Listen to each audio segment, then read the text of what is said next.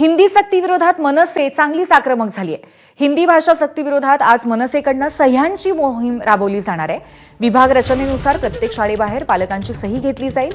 एक सही हिंदी सक्तीविरोधाची असं या मोहिमेचं नाव आहे आणि याची सुरुवात मनसे नेते यशवंत किल्लेदार यांच्या उपस्थितीत सकाळी 11:30 वाजता दादरच्या साने गुरुजी विद्यालयातून होणार आहे। तर दुपारी 12:30 वाजता मनसे मुंबई अध्यक्ष संदीप देशपांडे यांच्या उपस्थितीत दादरच्या आयएस शाळेबाहेर सह्यांची मोहीम पार पडणार आहे।